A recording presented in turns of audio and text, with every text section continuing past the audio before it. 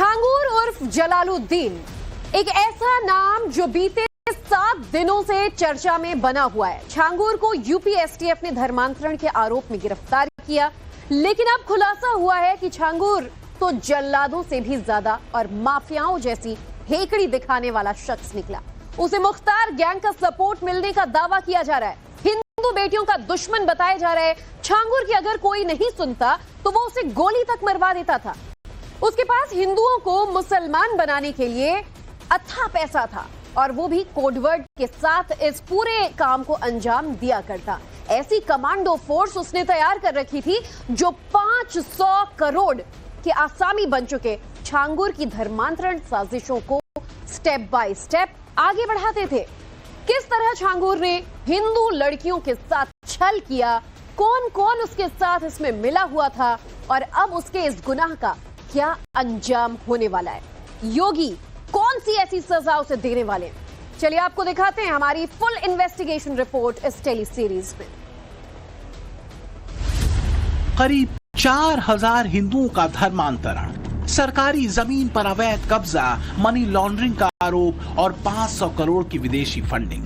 ये वजह है 78 साल के इस शख्स के रडार पर आने की, जिसे जलालुद्दीन उर्फ छांगुर कहा जाता है।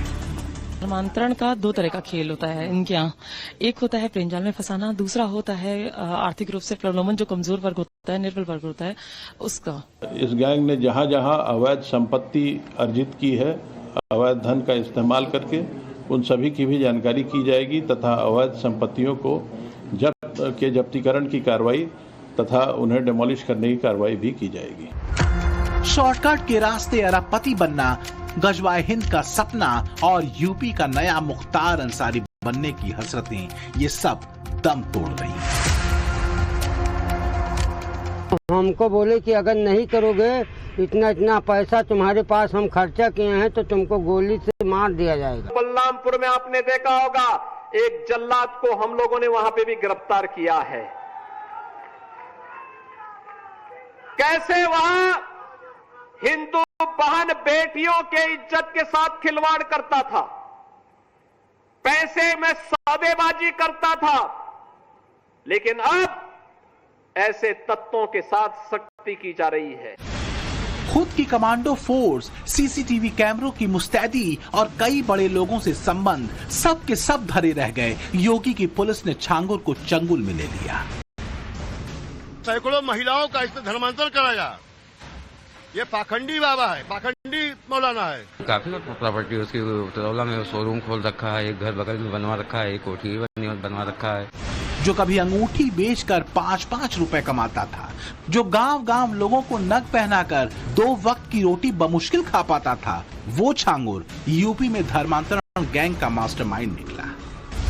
खुलासे के मुताबिक 15 सालों के भीतर छांगुर और जलालुद्दीन ने करीब 4000 से ज्यादा हिंदुओं को मुसलमान बना दिया। बलरामपुर के रहरा माफी गांव में रहने वाले छांगुर के संपर्क यूएई तक थे। उसके लोग तुर्की में भी बैठे थे। नेपाल बॉर्डर से लेकर मुंबई और पुणे तक छांगुर उर्फ जलालुद्दीन ने अपना नेटवर्क फैला रखा था। आज यूपी के मुख्यमंत्री योगी आदित्यनाथ छांगुर का खेल खल्लास कर रहे हैं। उसकी कोठियों पर बुलडोजर चलाने के बाद अवैध संपत्ति का सोर्स छाना जा रहा है।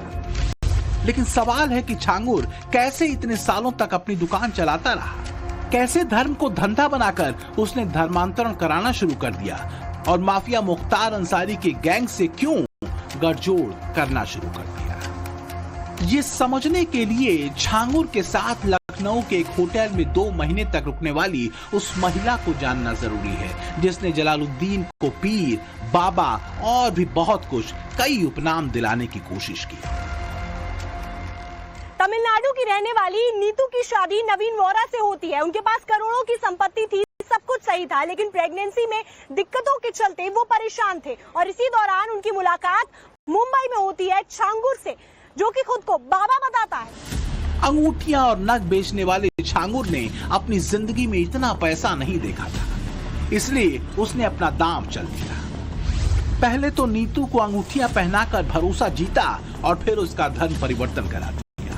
नीतू को नसरीन बनाने के बाद छांगुर ने उसकी संपत्ति बिकवाई और उस पैसे का वहां इन्वेस्ट कराया जहां वो चाहता था। पुणे में 16 करोड़ की संपत्ति नीतू के नाम पर ली गई। बलरामपुर में 50 लाख का शोरूम उसके पति नवीन के नाम पर खोला गया और फिर कई संपत्तियां छांगुर ने इनके नाम करा दी। नीतू उर्फ नसरीन छांगुर की राजदार थी। उसकी गर्लफ्रेंड भी बन गई क्योंकि हर समय उसके साथ में रहती थी। पत्नी की तरह, साय की तरह छांगुर के साथ में नसरीन रहने लगी और उसके कई सारे राज नसरीन के पास में थे। और यहीं से शुरू होता है धर्मांतरण का वो काला खेल, जिसके सबूत उत्तर प्रदेश के कई सारे जिलों में पाए गए हैं। एटीएस ने कोर्ट में जानकारी दी है कि जलालुद्दीन ने गरीब हिंदुओं, मजदूर वर्ग, विधवा महिलाओं और बेरोजगारों को अपना टारगेट बनाया। किसी को पैसों का लालच देकर मुसलमान बनाया तो कईयों को डरा धमकाकर धर्म परिवर्तन करा दिया। सूत्रों की माने तो करीब 4000 हिंदुओं को इस्लाम में शामिल कराया, जिनमें 1500 से ज्यादा महिलाएं बताई जा रही। खुलासा ये हुआ है कि इन हिंदू लड़कियों को प्रेम जाल में फंसाने के लिए लड़के नाम तक बदल लेते थे। उसने तो अपने आप को इंट्रोड्यूस हिंदू नाम से कराया, अमित नाम से हमारी दोस्ती हुई। तो मैं अनजान थी सारी चीजों से। उसके भाई बहनों से भी मुलाकात मेरी हुई, हिंदू नाम से ही बात हुई थी। उसके माँ बाप से मेरी बात होती थी। तो मैं मतलब जान ही नहीं पाई, पहचान ही नहीं पाई कि वो कि मुस्लिम है। जब मुझे इसकी जानकारी हुई तो मैंने FIR की बात करी। छांगुर ने अवैध धर्मांतरण के लिए नेपाल से सटे जिलों में कुछ ईसाई मिशनरियों से साठगांठ कर रखी थी। इन मिशनरियों में काम करने वाले वॉलंटियर्स को छांगुर गैंग पैसा देता था और बदले में उन हिंदू लड़कियों की डिटेल्स मांगता जो आर्थिक रूप से कमजोर हुआ करती थी। इसके बाद छांगुर अगला स्टेप आगे बढ़ाता था, यानी कोड वर्ड का। खुलासे के मुताबिक छांगुर कोड वर्ड में बातचीत करता था। लड़कियों के लिए प्रोजेक्ट कोड का इस्तेमाल किया जाता था। धर्मांतरण के लिए मिट्टी पलटना कोड वर्ड इजाद किया गया। जिन्हें मानसिक रूप से प्रभावित करना है उसके लिए काजल करना कोड बनाया गया था। और फिर दर्शन कोड का मतलब था बाबा से मिलवाना। एटीएस का दावा है कि छांगुर अपने गैंग के लोगों से इन्हीं कोडवर्ड का प्रयोग करता था। नीतू उर्फ नसरीन इसमें सबसे ज्यादा सहयोग करती थी। वही लड़कियों को विदेश भेजने, अथाह पैसा दिलाने और लड़कों को मुफ्त पढ़ाई से नौकरी दिलाने के झूठे वायदे करती थी। छांगुर बाबा के गिरोह द्वारा काफ़ी समय से धर्मांतरण लगातार कराया जा रहा था। इसके लिए हनी ट्रैप्स का प्रशासनिक दबाव बनाना, नाबालिगों को अपने इन्फ्लुएंस में लेना, तरह तरह से ऐसे लोगों का इस्तेमाल करना जिनका इन्फ्लुएंस आसानी से समाज में है, उनका इस्तेमाल करके धर्मांतरण कराया गया। और इसके लिए काफी बड़ी मात्रा में फॉरेन फंड्स भी प्राप्त किए गए। जिस बलरामपुर में बैठकर छांगुर उर्फ जलालुद्दीन ने हिंदुओं को मुसलमान बनाने का खेल शुरू किया, उसी बलरामपुर का रहने वाला है मोहम्मद अहमद खान। उसे छांगुर का राइट हैंड, छांगुर का फाइनेंसर, छांगुर का लाइजनर और छांगुर का प्रॉपर्टी पार्टनर भी कहा जाता है। मोहम्मद अहमद खान पर यूपी के कई जिलों में आपराधिक मामले दर्ज हैं। लखनऊ की एक न्यायालय उस पर गैर जमानती वारंट जारी कर चुकी है, मगर छांगुर गैंग के दूसरे सदस्यों की तरह वो फरार है। छांगुर और नसरीन की गिरफ्तारी के बाद मोहम्मद अहमद खान अंडरग्राउंड हो गया है। जो मोहम्मद अहमद खान पुणे में छांगुर का देश विरोधी गतिविधियों चलाने वाला अड्डा संभालता था और खुलासे किए हैं कि छांगुर उर्फ जलालुद्दीन के मुख्तार अंसारी गैंग से बड़े कनेक्शन है। मुझे कहीं ना कहीं ये और इनके गैंग के लोग लीगल में गैंग है इसमें। हाँ गैंग है। किस तरह की गैंग है? गैंग इसमें गैंग के जो सरगना है सर, हाँ वो ये है। क्या नाम है? आसिफ रब्बानी। कौन है ये आसिफ रब्बानी? ये अब्दुल रहीम के पार्टनर और मुख्तार अंसारी से इन लोगों का संबंध, इनका और छांगुर बाबा का संबंध आता है। हाँ छांगुर बाबा का संबंध। किस तरह से आता है? क्या काम करते हैं सारी गैंग? मतलब किस तरह? ये धर्मांतरण का काम ये धर्मांतरण, हाँ मनी लॉन्ड्रिंग, हाँ, धर्मांतरण, हाँ, लोगों का जबरदस्ती जमीन को हड़पना, हाँ, ये सारी काम, ये सारा इन लोगों का ये सब नेक्सस है। उसमें ये आदमी है। ये आदमी कौन है? क्या नाम? ये आदमी के पास छांगुर का पैसा लगा हुआ है। कितना पैसा हुआ करीब?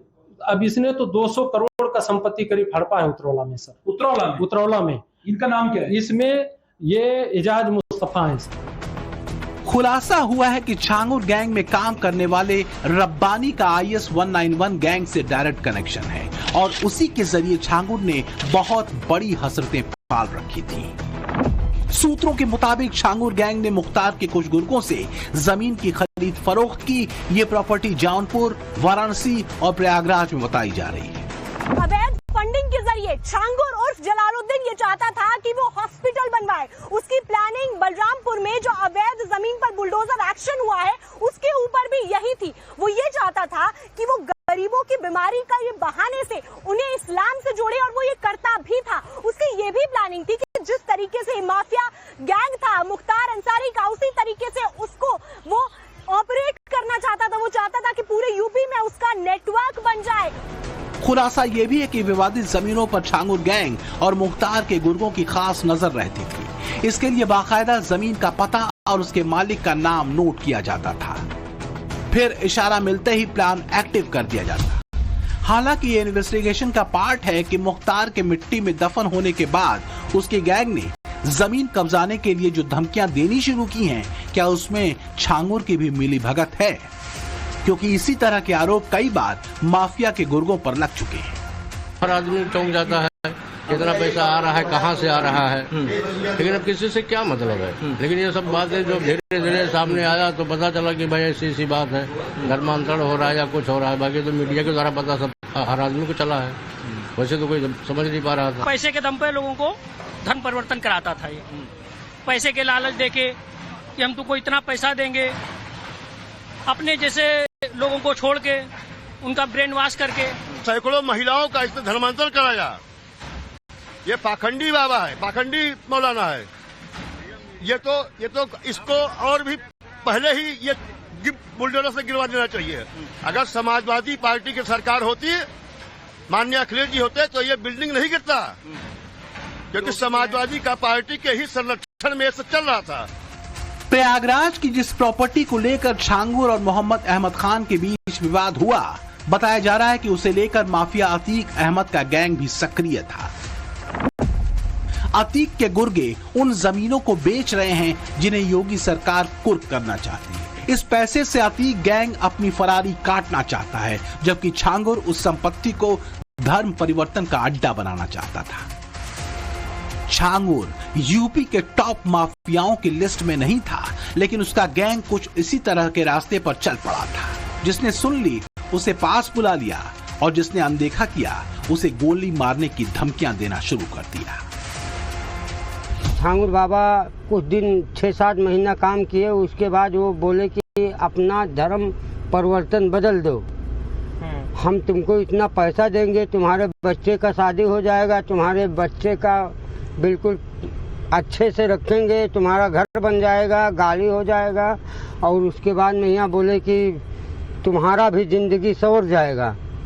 तब आप क्या कहो? तो हम कहें बाबा ये नहीं हो पाएगा हमारा, हम धर्म परिवर्तन, हमारा सनातन धर्म चल रहा है, हमारे दादा और हमारे बाबा, हमारे आजी सब भगत थे, हम ये काम नहीं करेंगे।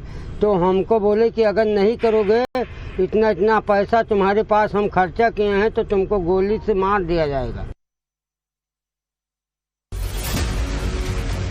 छांगुर खुद को बाबा बताता था, लेकिन असल में अपनी हनक किसी माफिया से कम नहीं रखता था। इसी की बदौलत उसने 15 सालों तक बलरामपुर में अपनी दहशत मचाई। धर्मांतरण के इस काले खेल को बड़े स्तर पर चलाने के लिए एक बड़ी कमांडोज की फौज रखी गई थी, और ये फौज वो फौज थी जो कि कुछ भी करने को तैयार थी, मरने मारने को छांगुर के लिए उतारू थी। लेकिन अपने रसूख के कारण छांगुर हर बार बच जाता था, यहाँ तक कि पुलिस प्रशासन को जानकारी मिली तब भी छांगुर बच निकला। एसटीएफ ने जो FIR दर्ज कराई है उसमें छांगुर के 50 करीबियों का जिक्र है। दावे के मुताबिक जलालुद्दीन ने इन्हें रहने के लिए अपनी कोठी में जगह दे रखी थी।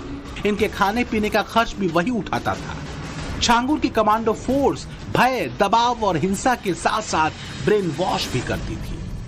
इसी प्राइवेट आर्मी ने यह भी ट्रेनिंग देनी शुरू कर दी कि किस तरह हिंदू लड़कियों को अपने प्रेम जाल में फंसाया जाए और फिर धर्म परिवर्तन के मंसूबे को मुकाम तक पहुंचाया जाए।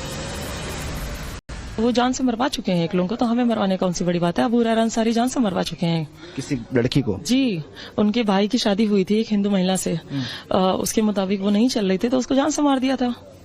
और ये इसकी जानकारी मुझे स्वयं उनके भाई ने दी है। यूपी एसटीएफ की जांच में खुलासा हुआ है कि जलालुद्दीन ने धर्मांतरण के लिए बहुत तगड़ी तैयारी की थी। किस तरह हिंदू लड़की को फंसाया जाए और किस जाति की लड़की को कितने रुपयों का लालच दिया जाए, इसकी लिस्ट उसने तैयार कर रखी। जांच टीम के मुताबिक धर्मांतरण के मामले में छांगुर का नाम 2023 में ही सामने आया था, लेकिन तब सीधे सीधे आरोप नहीं होने की वजह से छांगुर बच गया था। जिन लड़कियों या महिलाओं को उसने हिंदू से मुसलमान बनवाया, वो उसकी कमांडो फोर्स के डर से मुंह नहीं खोल पा रही थी, लेकिन अब पूरा रेट चार्ट सामने आ चुका है। खुलासे के मुताबिक ब्राह्मण और ठाकुर लड़कियों को 15 से 16 लाख रुपए दिए जाते थे। पिछड़ी जाति की लड़कियों को 10 से 12 लाख रुपए का भुगतान होता था। दूसरी जाति की लड़कियों को लाने के लिए 8 से 10 लाख रुपए दिए जाते थे। इसके लिए जलालुद्दीन खुद के बनाए इस्लामिक लिटरेचर को धर्मांतरण की पहली सीढ़ी बताता था। हिंदू लड़कियों को इन्हें पढ़ने के लिए देता और इस्लाम में हर समस्या का समाधान इन किताबों में लिखे शब्दों के जरिए पेश करता। हिंद इस्लाम, इस्लाम और अकायद, इस्लाम की राह और शिजराए तैयबा नाम की किताबें धर्मांतरण के लिए इस्तेमाल की जाती थी। अभी बलरामपुर में एक बड़ी कार्रवाई को हम लोगों ने आगे बढ़ाया है। आपने देखा होगा, उसने रेट तय किए थे, यानी कैसे धर्मांतरण के कार्यक्रम को आगे बढ़ाना है।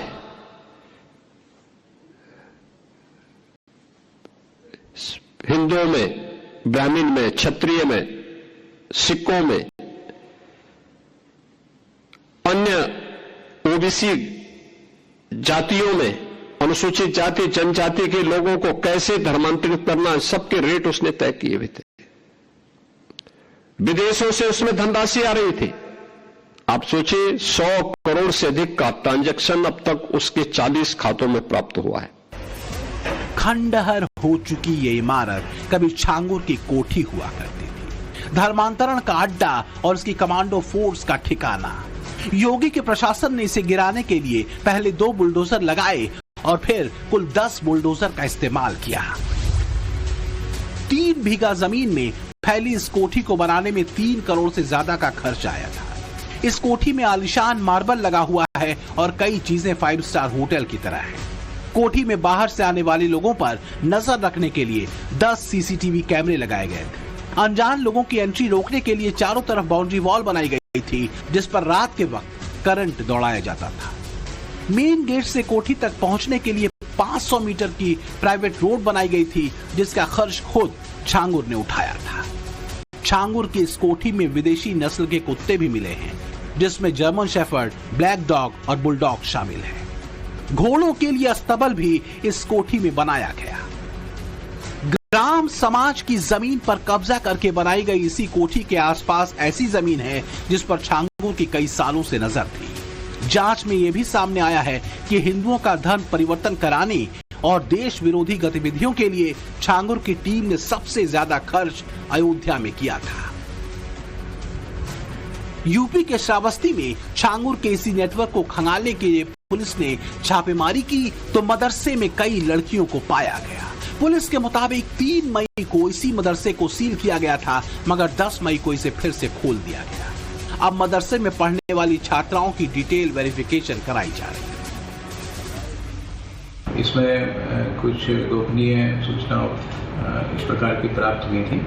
उसके आधार पर एक प्रारंभिक जांच शुरू की गई है, जिसके अंतर्गत जो प्रबंधक हैं उनसे पूछताछ की गई है और इसके अतिरिक्त जो है इसके जो बैंक खाते हैं उनका विवरण ले लिया गया है, उनकी भी जांच की जा रही है। इसके साथ ही पूर्व में जो छात्र छात्राएं यहाँ पे अध्ययनरत थे उनकी भी डिटेल जो है ले ली गई है।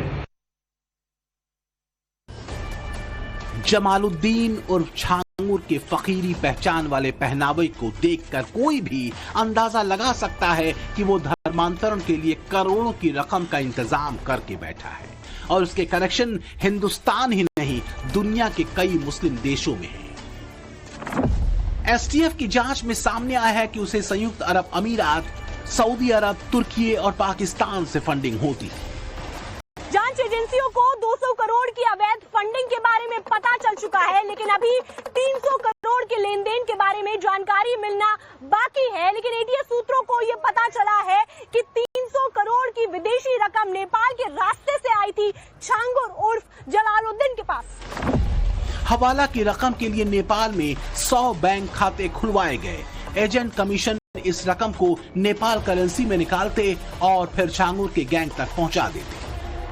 नेपाल से रकम लाने में बिहार के मधुबनी, सीतामढ़ी, पूर्णिया, किशनगंज, पूर्वी और पश्चिमी चंपारण, सुपौल के एजेंट छांगुर की टीम की मदद करते थे।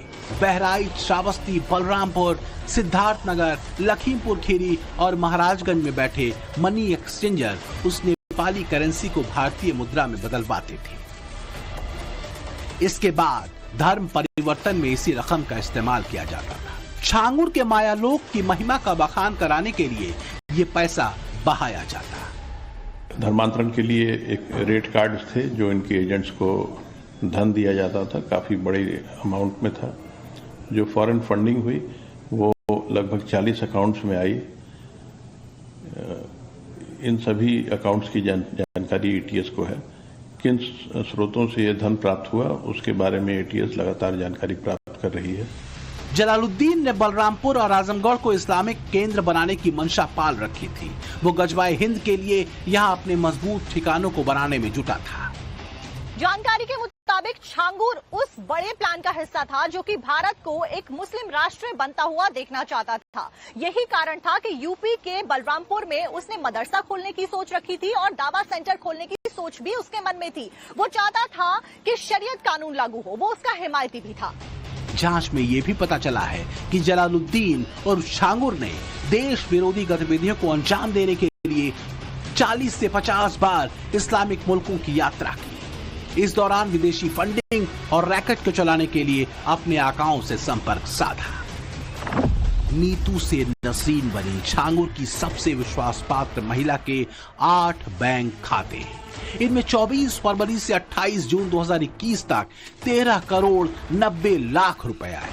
नीतू के पति नवीन वोहरा उर्फ जमालुद्दीन के 6 ओवरसीज बैंकों में खातों का खुलासा हुआ है, जिसमें 34 करोड़ 22 लाख रुपए जमा किए गए। इसके अलावा छांगुर के सऊदी अरब के शारजा, यूएई, दुबई के मशरिक में बैंक खाते खोले जाने का इनपुट मिला है, जिसके रिकॉर्ड जांच एजेंसियां खंगाल रही हैं। बीते दिनों रायबरेली में पकड़े गए साइबर अपराधियों को भी इसी कड़ी का एक हिस्सा बताया जा रहा है, जिनके तार पाकिस्तान और दुबई से जुड़े हैं।